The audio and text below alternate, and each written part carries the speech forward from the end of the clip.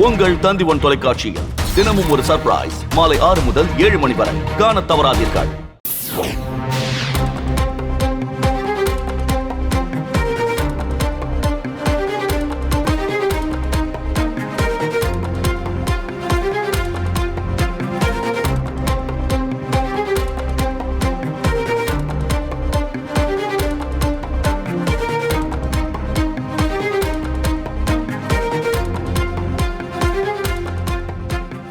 ஸ்ரீரங்கத்தில் நேற்று ரவுடி ஆட்டுக்குட்டி சுரேஷ் வெட்டி படுகொலை செய்யப்பட்ட வழக்கில் 5 பேர் கைதாகினர். முக்கிய குற்றவாளியான ஜம்பு என்ற ஜம்புகேஸ்வரனை போலீசார் தேடி வந்த நிலையில் இன்று ஜம்புவை பிடிக்க சென்றபோது தப்பியோடியதால் காலில் சுட்டு பிடித்திருக்கின்றனர் போலீசார். அண்மை செய்தியாக பார்த்து கொண்டிருக்கிறோம்.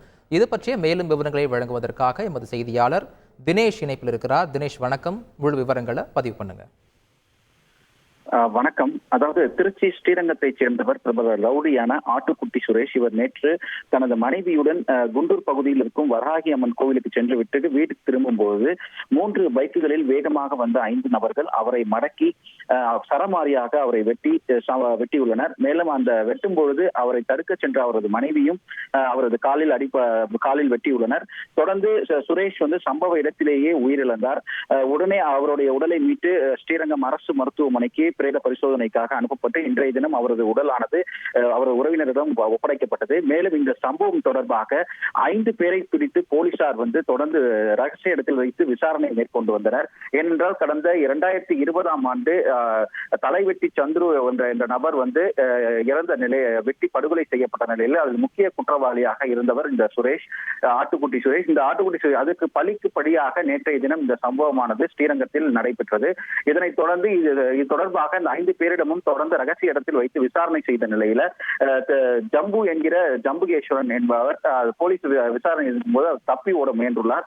அப்போது போலீசார் அவர் காலில் சுட்டு பிடித்துள்ளனர். தற்போது ஜம்புகேஸ்வரனை அரசு மருத்துவமனையில் சிகிச்சைக்காக அழைத்து வந்து கொண்டிருக்கின்றனர். இந்த ஜம்புகேஸ்வரன் பார்த்தோமேனால் ஏற்கனவே 15 வழக்குகளில் இவர் தேடப்பட்ட நிலையில இந்த சம்பவத்துல அவர் தொடர்ந்து முக்கிய குற்றவாளியாக இருக்கும் பொழுது அவர் தப்பியும் போது போலீசார் சுட்டுள்ளனர். தொடர்ந்து இந்த 5 பேரையும் காவல்துறையினர் தீவிரமாக விசாரணை செய்து இந்த கொலை வழக்கில் அவர் நீதிமன்றத்தில் ஆஜர்படுத்தி அவர் சிறையில் அடைப்பதற்கு முன்பாக தற்போது ஜம்புகேஸ்வரன் சுட்டு பிடித்துள்ள சம்பவமானது திருச்சியில் ஒரு மிகப்பெரும் பரபரப்பை ஏற்படுத்தியுள்ளது. விவரங்களை வழங்கியதற்கு நன்றி தினேஷ். உங்கள் தந்திவன் தொலைக்காட்சியில் தினமும் ஒரு சர்ப்ரைஸ் மாலை 6 முதல் 7 மணி வரை காணத் தவறாதீர்கள்.